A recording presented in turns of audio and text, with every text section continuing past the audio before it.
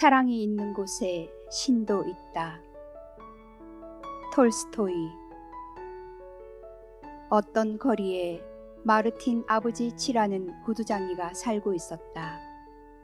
창문이 하나밖에 없는 지하실의 작은 방이 그의 거처였다. 창문은 길 쪽으로 뚫려 있었는데 그 창 너머로 사람들이 오가는 것이 보였다.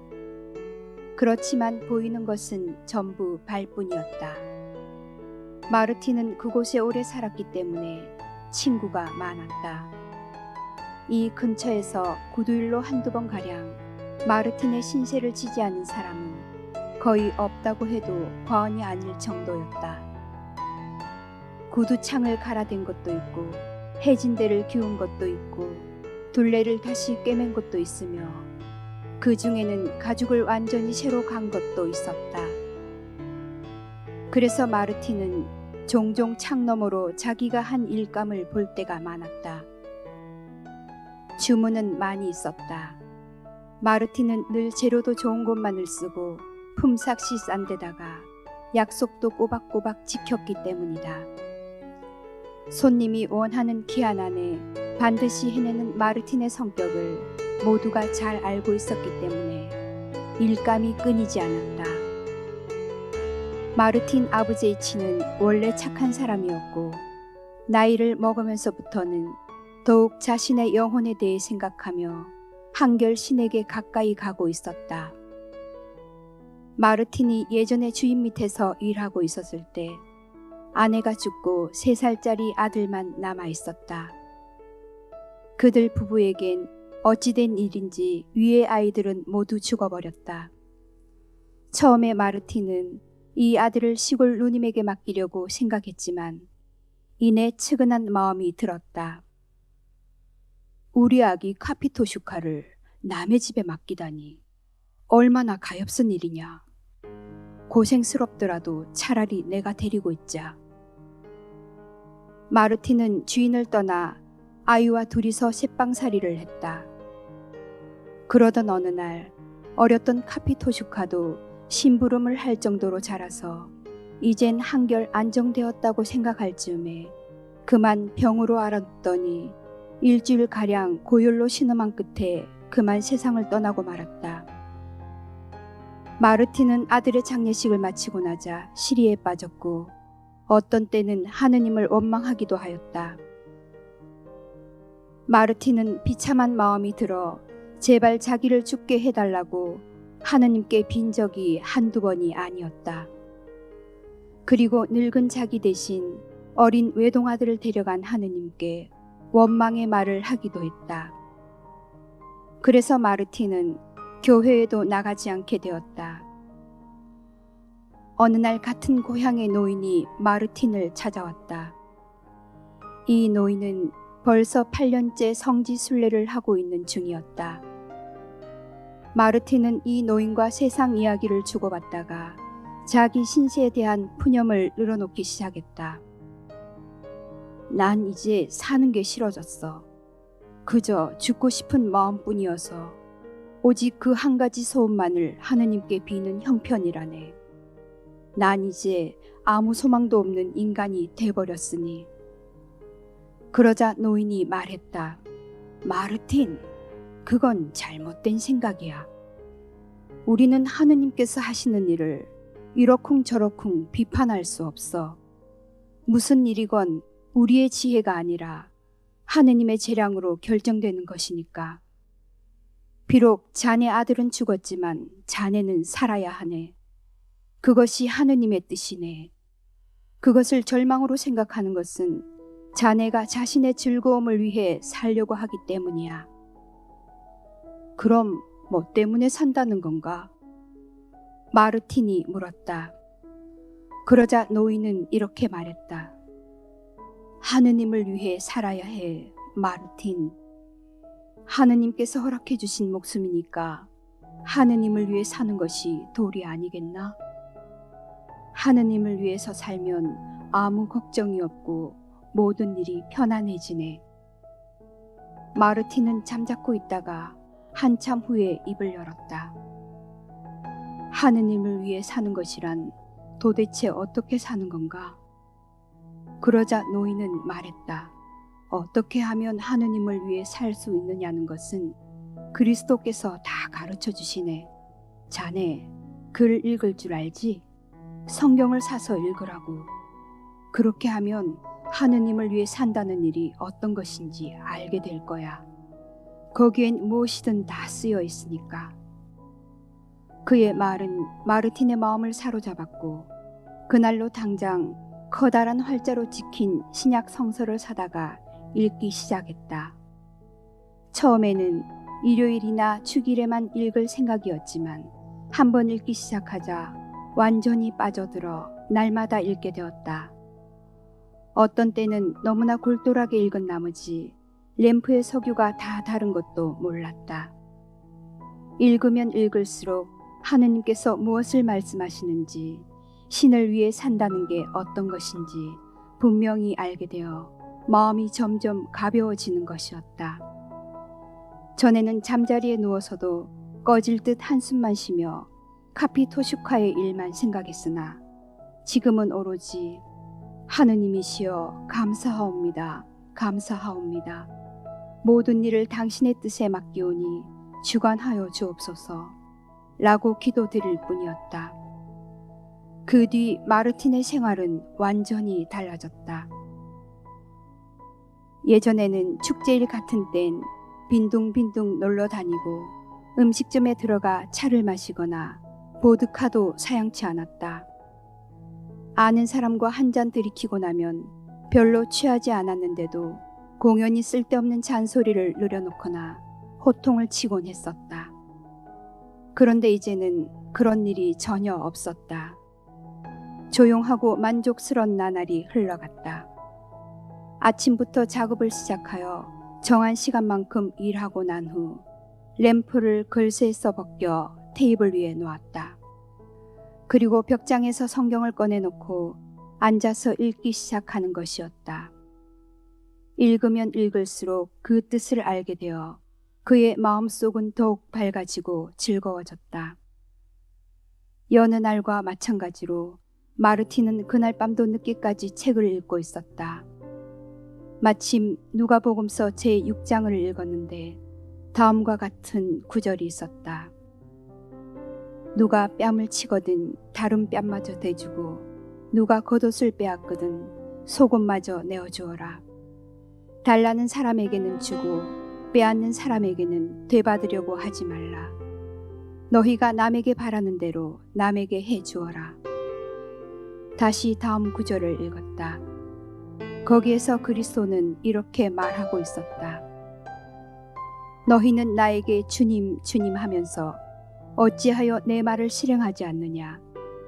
나에게 와서 내 말을 듣고 실행하는 사람이 어떤 사람인지 가르쳐 주겠다. 그 사람은 땅을 깊이 파고 반석 위에 기초를 놓고 집을 짓는 사람과 같다. 홍수가 나서 큰 물이 집으로 들이치더라도 그 집은 튼튼하게 지었기 때문에 조금도 흔들리지 않는다. 그러나 내 말을 듣고도 실행하지 않는 사람은 기초 없이 맨 땅에 집을 지은 사람과 같다. 큰 물이 들이치면 그 집은 곧 여지없이 무너져 파괴되고 말 것이다. 이 말씀을 읽은 마르틴은 마음속에 더욱 큰 즐거움을 느꼈다. 그는 안경을 벗어 책 위에 놓고 테이블 위에 팔꿈치를 괜 채 생각에 잠겼다. 그리고 자기가 이제까지 해온 일들을 이 말씀에 견주면서 이렇게 생각했다. 내 집은 어떤가? 반석 위에 서 있는가? 모래 위에 서 있는가? 반석 위에 서 있으면 얼마나 좋을까? 실로 홀가분한 마음으로 이렇게 혼자 앉아 있으면 얼마나 좋을까? 홀가분한 마음으로 이렇게 혼자 앉아 있으면 모든 일을 하느님의 지시대로 할 것 같은 마음이 들지만 어쩌다 그만 죄를 짓게 되니 아니 그래도 더욱 열심히 하자. 아 참으로 유쾌하다. 원하옵건대 하느님이시여 제게 힘을 주시옵소서. 마르틴은 그렇게 생각하고 그만 자려고 했으나 그래도 쉽사리 책을 놓을 수가 없어 다시 제7장을 읽었다. 백인대장의 이야기를 읽고 과부 아들의 이야기를 읽고 요한이 제자에게 말하는 대목을 읽었다. 그리고 마침내 부자 바리새인이 그리스도를 자기 집에 초대한 데까지 읽었다. 그리고 다시 죄 많은 여자가 그리스도의 발에 향유를 바르고 그 위에 눈물을 뿌리니 그리스도가 그 죄를 용서했다는 이야기도 읽었다. 그리고 44절까지 이르러 이런 구절을 읽었다. 그 여자를 돌아보시며 시몬에게 말씀을 계속하셨다. 이 여자를 보아라. 내가 내 집에 들어왔을 때 너는 나에게 발 씻을 물도 주지 않았지만 이 여자는 눈물로 내 발을 적시고 머리카락으로 내 발을 닦아주었다. 너는 내 얼굴에도 입맞추지 않았지만 이 여자는 내가 들어왔을 때부터 줄곧 내 발에 입맞추고 있다. 너는 내 머리에 기름을 발라주지 않았지만 이 여자는 내 발에 향유를 발라주었다. 마르티는 생각했다. 발 씻을 물을 주지 않고 입 맞추지 않고 머리에 기름도 발라주지 않고. 마르티는 다시 안경을 벗어 책 위에 올려놓고 생각에 잠겼다. 아무래도 내가 그 바리새인과 같았던 모양이야. 오로지 내 자신만 생각해왔어. 차를 마시고 싶다든지 따뜻하고 깨끗한 옷을 걸치고 싶다는 생각만 하고 손님을 위한 생각은 별로 하지 않았어. 오직 내 생각만 하느라 손님의 일 같은 건 아무래도 좋았지. 그런데 손님은 누군가? 다름 아닌 하느님이시다. 만약 하느님께서 나를 찾아오시면 나는 대체 어떻게 할 것인가? 마르티는 턱을 괴고 생각에 잠겨 있다가 어느 사이인가 깜빡 잠이 들어버렸다. 마르틴! 문득 누군가가 등 뒤에서 부르는 소리가 들려왔다. 마르틴은 깜짝 놀라 저기 있는 사람이 누굴까 생각했다. 고개를 돌려 문 쪽을 보았으나 아무도 없었다. 도로 몸을 굽혀 엎드리자 갑자기 또렷한 말소리가 들려왔다. 마르틴, 마르틴, 내일 길을 보아라. 내가 갈 터이니. 마르틴은 의자에 앉아서 일어나 눈을 비비기 시작했다. 꿈결에서 그 말소리를 들었는지 깨어서 들었는지 갈피를 잡을 수가 없었다. 그래서 등불을 끄고 잠자리에 들었다. 이튿날 아침 마르틴은 미처 날이 새기도 전에 일어나 하느님께 기도를 드린 후 난로에 불을 지펴 국과 보리죽을 끓이고 사모바르를 준비한 후 앞치마를 두르고 창가에 앉아 일을 시작했다.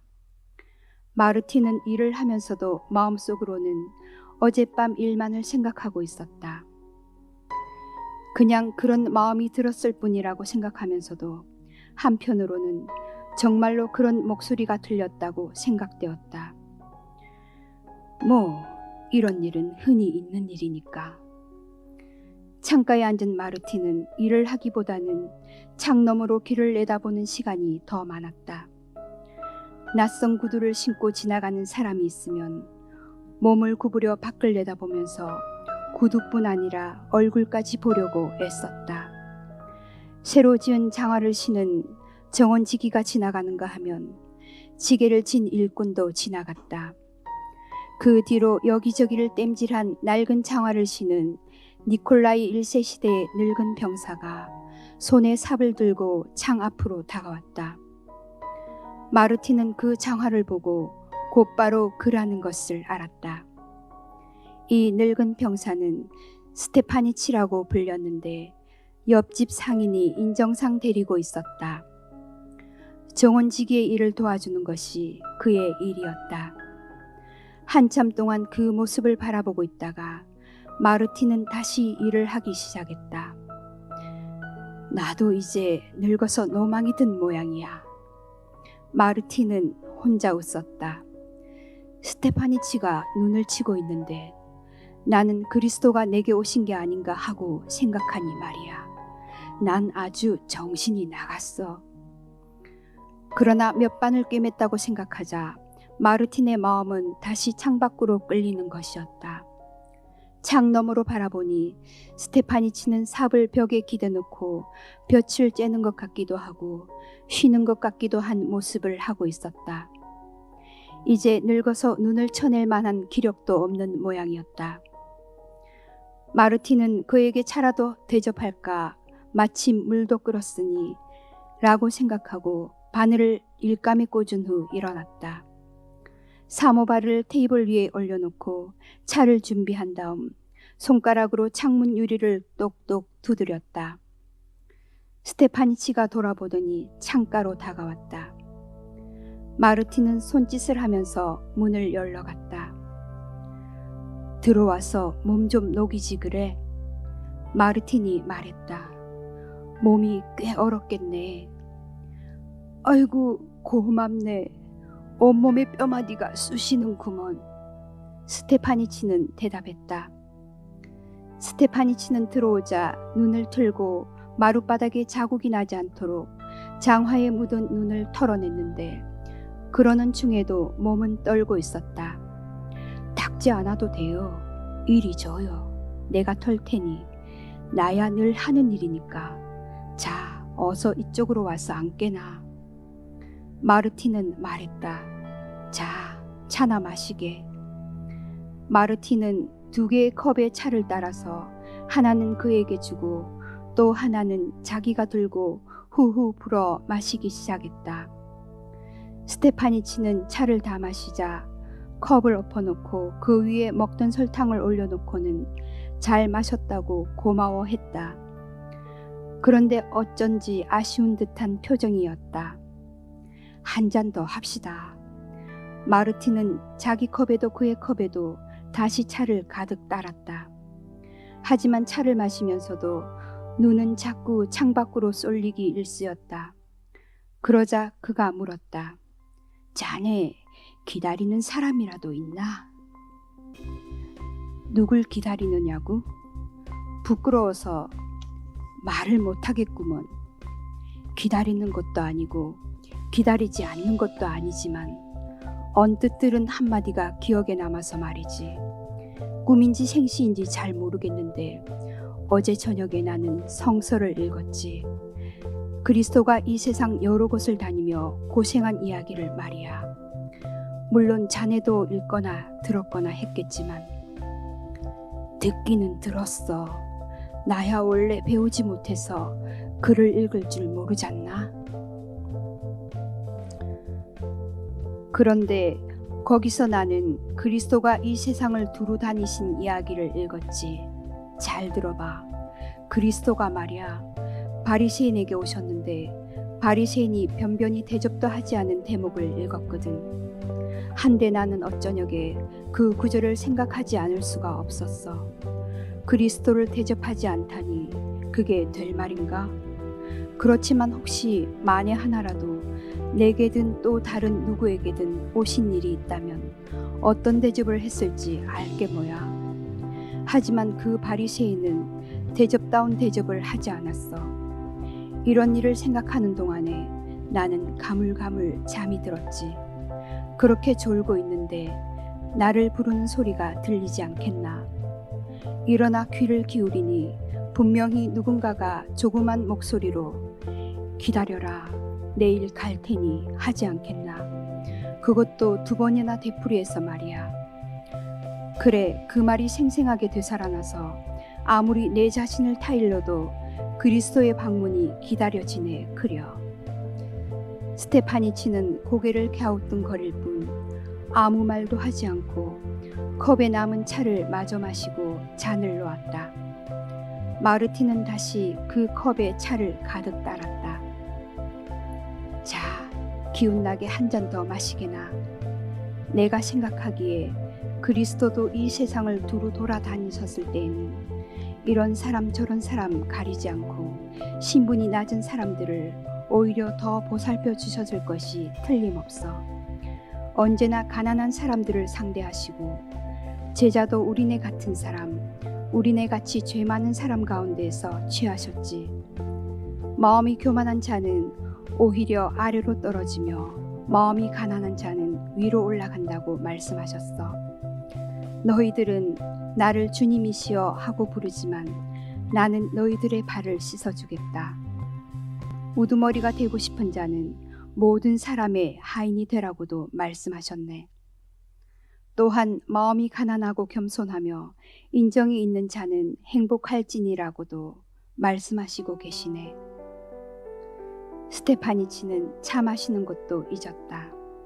가만히 듣고 있던 그의 볼에는 어느새 눈물이 흐르고 있었다.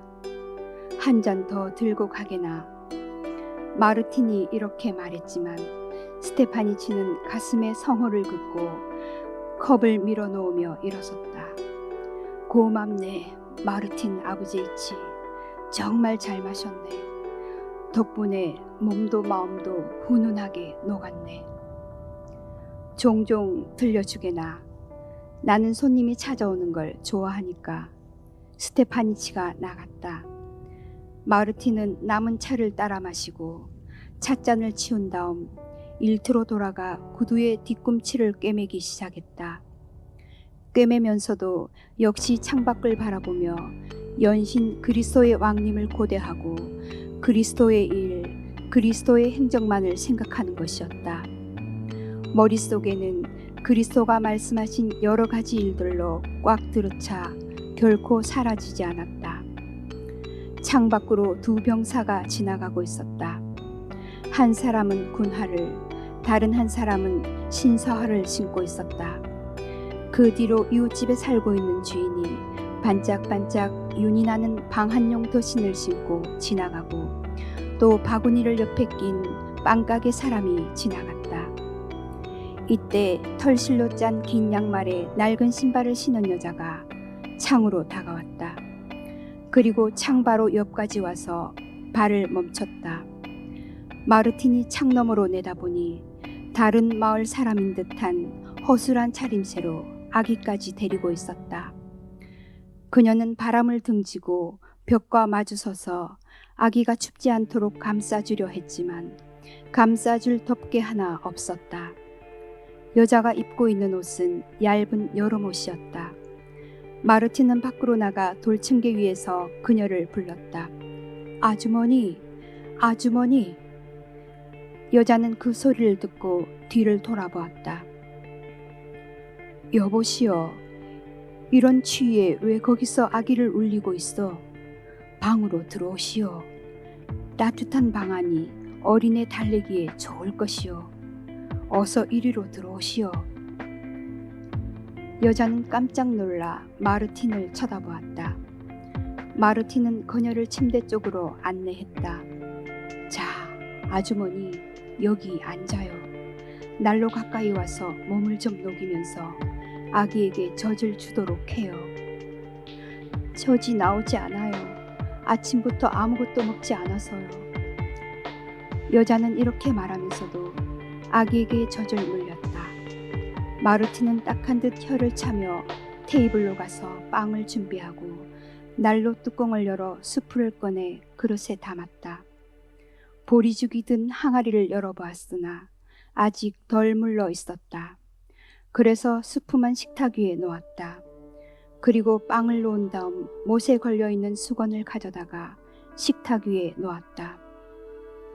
아주머니, 여기 앉아서 어서 먹어요.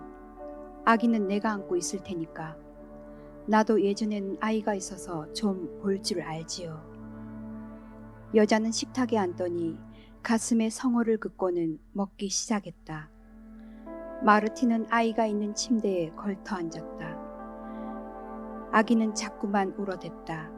그래서 마르틴은 입가에 손가락을 갖다 대고 이리저리 놀려주며 달랬다. 하지만 입속에 손가락을 넣지 않도록 조심했다. 악교 같은 게 묻어 손이 까매져 있었기 때문이다. 아기는 손가락을 바라보는 동안에 울음을 그치고 웃게 되었다. 마르틴도 좋아서 웃었다. 여자는 식사를 하면서 자신의 신세를 이야기하기 시작했다. 제 남편은 군인으로 8달 전에 어디론가 멀리 전속되었는데 그 뒤로 통 소식이 없습니다. 저는 남의 집 하녀로 들어갔는데 얼마 안 돼서 이 아이를 낳았지요. 하지만 아기가 있으면 일을 하지 못한다고 벌써 3달째 일 없이 지내고 있답니다. 입고 있는 옷까지도 다 팔아버려 이젠 유모라도 들어갔으면 좋겠지만 그런 자리도 없군요. 말라서 젖이 잘 나지 않을 거라는 거예요. 지금은 장사를 하는 한 아주머니에게 갔다 오는 길이에요. 그 집에 저희 마을 여자가 들어가 사는데 절 써주겠다고 약속했거든요. 그래서 저는 이야기가 다 된 줄 알고 갔더니 다음 주에 다시 오라는군요. 그런데 그 집이 어찌나 멀든지 저도 지쳐서 쓰러질 지경이었지만 갓난아이도 여간 혼이 나지 않았어요. 고맙고 다행스럽게도 지금 있는 집의 주인 아주머니가 하느님을 믿고 우리 모자를 불쌍하게 여겨주시니 망정이지 그렇지 않았더라면 어떻게 살아갈 뻔했는지. 마르티는 긴 한숨을 내쉬며 말했다. 따뜻한 옷은 없어? 이제 따뜻한 옷을 입어야 할 때가 되었는데 바로 어제도 하나밖에 없는 목도리를 20코페이카에 저당 잡힌 형편이지요. 그녀는 침대로 돌아가 아기를 안았다. 마르티는 일어나 벽 쪽으로 가 한참을 부스럭거리며 찾더니 옅고 소매 없는 낡은 외투를 들고 왔다. 이걸로 어떻게 안 되겠어?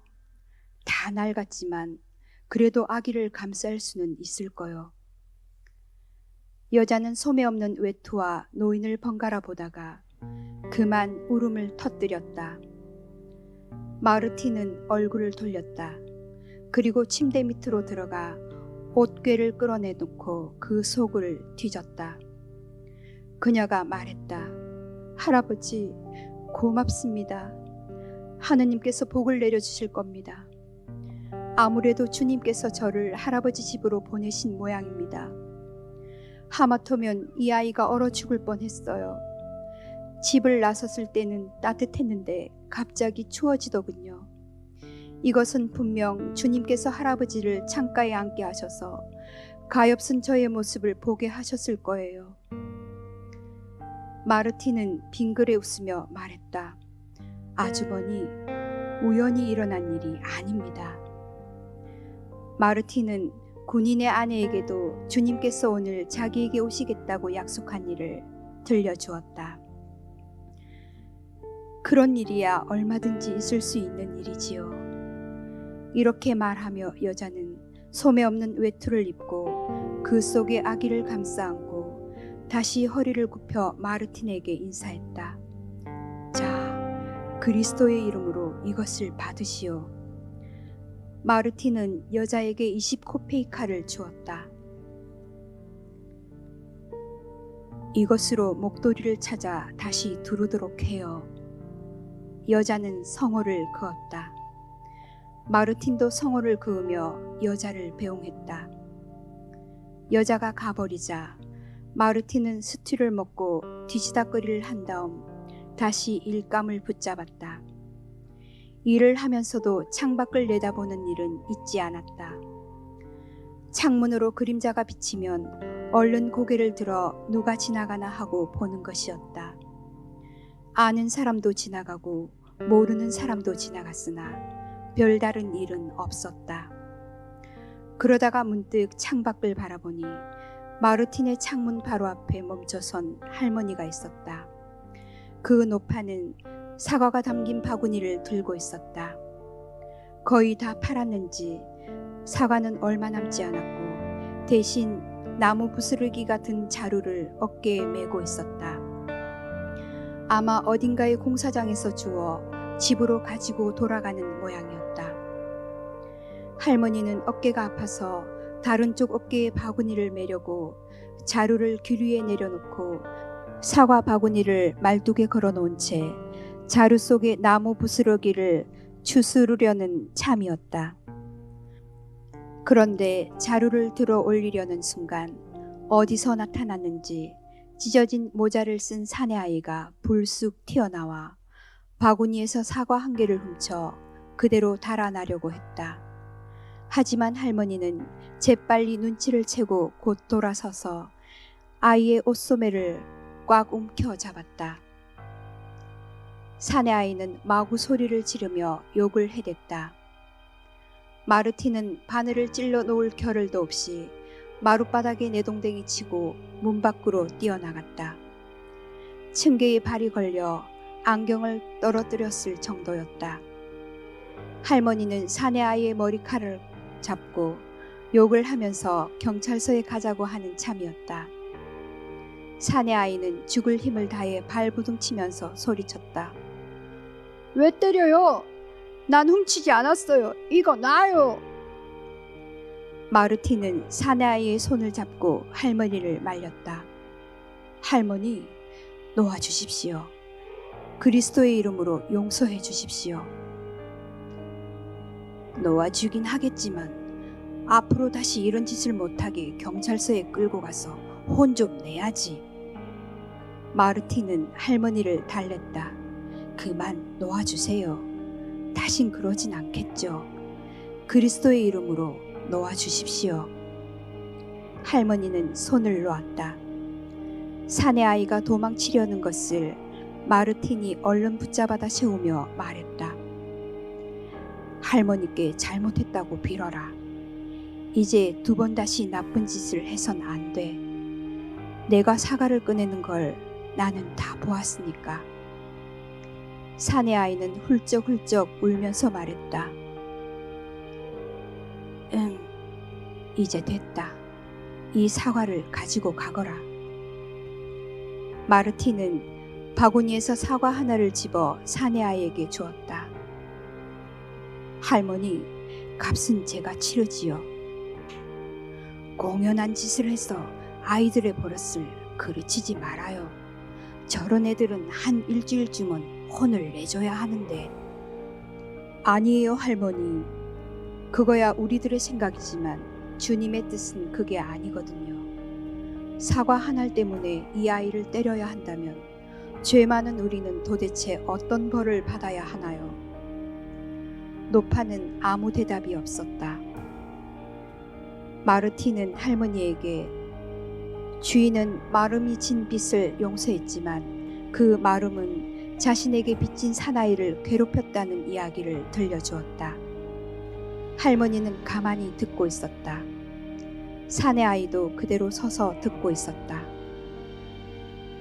주님께서는 죄를 용서하라고 말씀하셨지요. 그렇지 않으면 우리도 죄를 용서받을 수 없는 게 아니겠어요? 어떤 사람이라도 용서해 주어야 하거늘 하물며 철없는 어린아이는 더욱 그렇지요. 마르티는 열심히 말했다. 이윽고 할머니는 고개를 끄덕이며 긴 한숨을 내쉬었다. 그야 그렇지만 이런 아이들은 너무나 버릇이 없어서. 그러니까 우리들이 가르쳐야겠지요. 할머니는 대꾸했다. 그래요.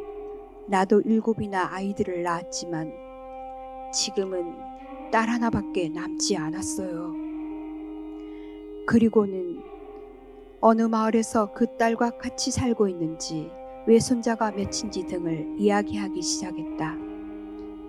나도 이제 기운이 없지만 그래도 계속 일을 하지요. 어린 손자들이 가엾어서 말이에요. 그것들이 모두 어찌나 착한지 내가 돌아갈 때쯤은 쭉 마중을 나온답니다. 글쎄, 아키슈트 그놈은 내 곁을 떠나지 않으려고 졸졸 따라다니지 뭡니까? 할머니, 우리 할머니가 난 제일 좋아 하면서 말이에요. 할머니의 마음은 완전히 풀어졌다. 너도 물론 철없는 생각에 그런 짓을 했겠지. 할머니는 사내아이를 보며 말했다. 노파가 자루를 들어 올리려고 하자 사내아이가 재빨리 나서며 말했다. 제가 들어다 드릴까요, 할머니?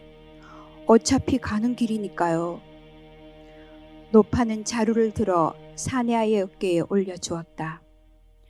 이렇게 하여 두 사람은 어깨를 나란히 하고 걸어가기 시작했다. 노파는 마르틴에게 사과값을 받는 것까지 잊어버렸다. 마르틴은 우두커니 서서 두 사람의 뒷모습을 바라보며 무엇을 이야기하는지 귀를 기울였다. 두 사람이 가버린 후 마르틴은 집 안으로 되돌아오다가 층계에 떨어져 있는 안경을 주었는데 깨진 데가 없었다. 바늘을 찾아 들고 다시 일감을 붙잡았다. 일을 하는 사이에 어느덧 날이 저물어 바늘 구멍이 잘 보이지 않게 되었다. 벌써 점등부가 가스등을 켜느라고 돌아다니고 있었다. 마르틴은 램프에 불을 당겨 고리에 걸고 다시 일을 시작했다. 한쪽 장화일을 끝내고 이리저리 살펴보니 상당히 잘 꿰매졌다. 도구를 치우고 가죽 조각을 쓸어낸 다음 실과 바늘을 잘 간수하고 램프를 떼어 테이블 위에 놓고는 벽장에서 성서를 꺼냈다. 전날 저녁에 가죽 조각을 끼워 놓은 데를 펼치려고 했는데 다른 페이지가 펼쳐졌다. 성서를 펼치자 어제 저녁의 꿈이 생각났다. 꿈이 되살아나는 동시에 무엇인가 부스럭거리는 소리가 귀에 들려왔다. 마르틴이 뒤를 돌아보니 어두컴컴한 구석에 사람이 서 있었다. 확실히 사람은 사람인데 누군지는 알 수 없었다. 그는 다만 마르틴의 귀에 소곤대는 것이었다. 마르틴, 마르틴, 너는 나를 알아보지 못했지? 누구를요? 마르틴은 말했다. 그러자 어두운 한 구석에서 스테파니치가 앞으로 나오더니 빙그레 웃으면서 형체도 그림자도 없이 사라져버렸다. 그는 나였다. 목소리가 말했다. 그러자 어두운 한 구석에서 아기를 아는 여자가 나타났다. 여자가 미소 짓고 아기가 빙그레 웃다가 이내 사라져버렸다. 그것도 나였어. 목소리가 말했다. 그러자 할머니가 사과를 가진 사내아이가 함께 빙그레 웃으면서 마찬가지로 사라져버렸다. 마르틴은 몹시 즐거워졌다. 성호를 긋고 안경을 끼고 성서에 펼쳐진 페이지를 읽기 시작했다. 페이지의 첫머리에는 이렇게 쓰여 있었다. 너희는 내가 굶주렸을 때에 먹을 것을 주었고 목말랐을 때에 마실 것을 주었으며 나그네가 되었을 때에 따뜻하게 맞이하였다. 또 홀벗었을 때에 입을 것을 주었으며 그리고 같은 페이지 아래쪽에는 이렇게 쓰여 있었다. 분명히 말한다. 너희가 여기에 있는 형제 중 가장 보잘것없는 사람에게 해준 것이 바로 나에게 해준 것이다. 마르틴은 깨달았다. 꿈은 헛되지 않아 이날 어김없이 그리스도가 마르틴에게로 왔고 마르틴은 그를 대접했다는 것을.